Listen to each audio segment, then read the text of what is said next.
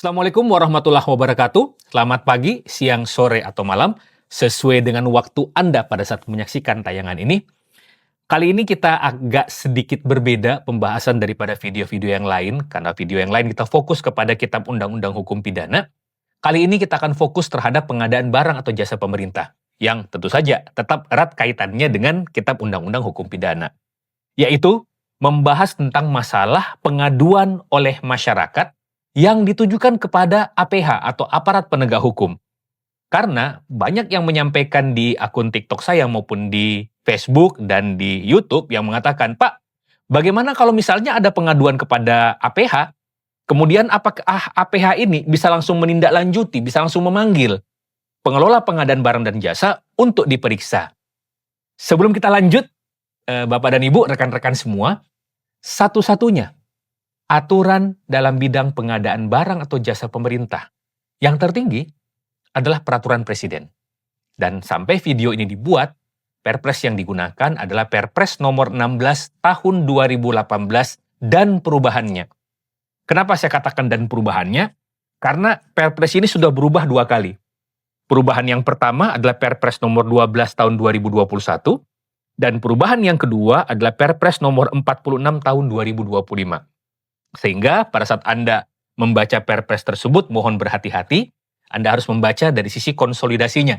Karena boleh jadi pasal-pasal yang Anda baca itu sudah berubah di perubahan pertama atau perubahan yang kedua. Nah, kita kembali. Pengaduan oleh masyarakat itu diatur khusus di dalam bab 12 Perpres ini, yaitu pengawasan, pengaduan, sanksi, dan pelayanan hukum, khususnya di pasal 77. Saya bacakan ayat 1. Masyarakat menyampaikan pengaduan kepada APIP, Aparat Pengawas Intern Pemerintah, disertai bukti yang faktual, kredibel, dan otentik. Kemudian, ayat 1A, nah ini tambahan, ya, yang dulunya belum ada di Perpres nomor 16.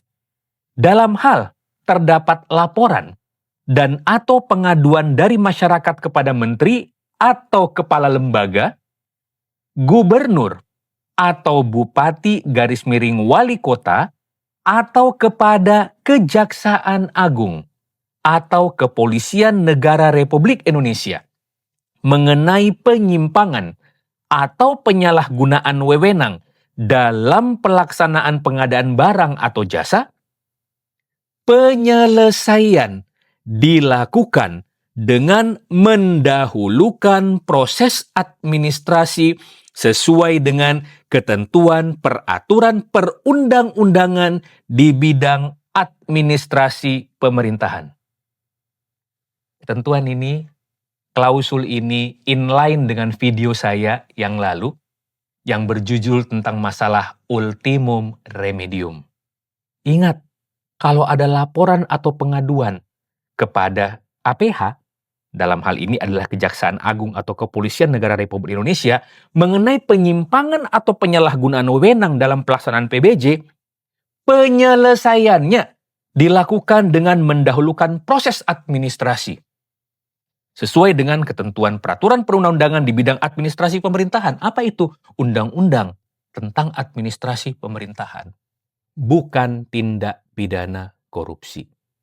Ini juga sesuai dengan ketentuan di dalam undang-undang tentang KUHP yang baru. Jadi aturan ini sudah selaras semuanya. Nah, mari kita baca ayat yang kedua. Nah, ini akan membahas tentang bagaimana kalau misalnya masyarakat ini langsung mengadu kepada APH.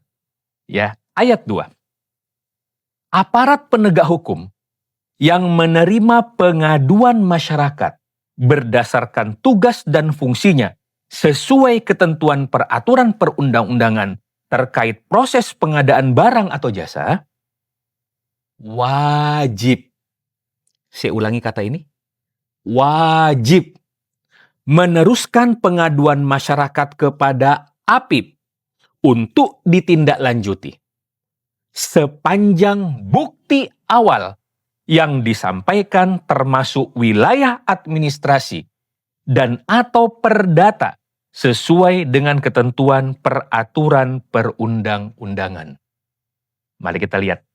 Yang pertama, APH yang menerima pengaduan masyarakat berdasarkan tugas dan fungsi yang sesuai dengan ketentuan peraturan perundang-undangan, ada undang-undang kejaksaan, ada undang-undang kepolisian, ya, terkait proses pengadaan barang atau jasa, wajib.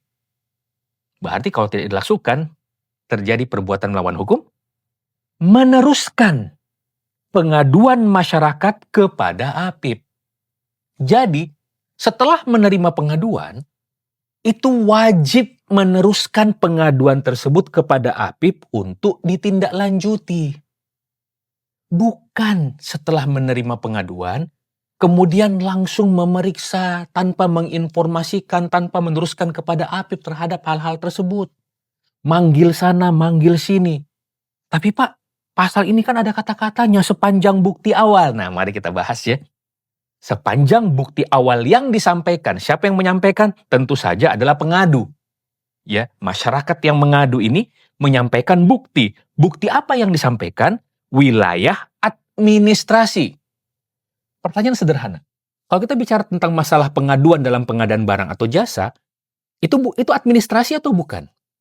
Contoh misalnya, Pak, dalam tendernya ini ada markup. Mana buktinya? Ini Pak, dokumen-dokumen. Dokumen apa yang disampaikan? Oh, dokumen tentang masalah HPS, dokumen tentang masalah harga, tangkapan layar. Ini semua proses administrasi. Dan atau perdata di dalam ketentuan ayat 2 ini. Apa yang contoh perdata? Pak, jalan di sana itu rusak. Ini pasti berantakan pelaksanaannya. Apa buktinya? Kontrak. Apa buktinya? Berita acara serah terima. Itu perdata sesuai dengan ketentuan peraturan perundang-undangan. Tapi, nah ini kunciannya. Apakah ada yang bukan administrasi dan atau perdata? Sehingga APH boleh tidak meneruskan kepada APIP? Jawabannya adalah ada. Yaitu apa? Apabila pengaduan tersebut masuk kepada klaster yang kedua dalam video yang lalu, yaitu klaster tentang gratifikasi, suap, ya, atau pemerasan yang berkaitan dengan pengadaan barang atau jasa. Ada kong-kalingkong, persekongkolan, kemudian ada penerimaan uang secara sembunyi-sembunyi, ataupun bahkan terang-terangan, itu tidak perlu dilaporkan kepada APIP, langsung saja. Kalau perlu OTT, operasi tangkap tangan. Tetapi hal-hal yang berkaitan dengan perbuatan melawan hukum atau penyalahgunaan kewenangan, di mana buktinya itu adalah administrasi dan atau perdata, maka APH yang menerima pengaduan wajib meneruskan kepada APIP.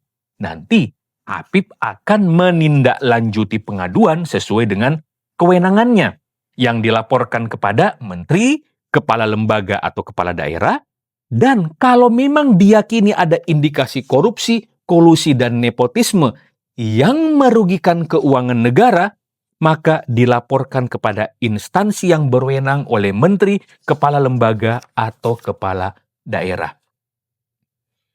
Sebenarnya jelas banget ketentuan dalam aturan ini. Nah, sehingga untuk rekan-rekan, khususnya untuk rekan-rekan APH, hati-hati dengan ketentuan ini. Apabila tidak dilaksanakan, maka Anda sudah melakukan perbuatan melawan hukum. Hukum apa yang dilanggar? Hukum pengadaan barang atau jasa. Bagaimana kalau dipaksakan? Muncul surat penetapan tersangka, padahal ketentuan ini tidak dilaksanakan, maka jalan untuk melakukan pra-peradilan sangat terbuka. Sekali lagi, mari kita menegakkan hukum pidana tanpa melanggar peraturan perundang-undangan. Terima kasih. Wabillahi taufiq wal hidayah. Wassalamualaikum warahmatullahi wabarakatuh dan salam pengadaan.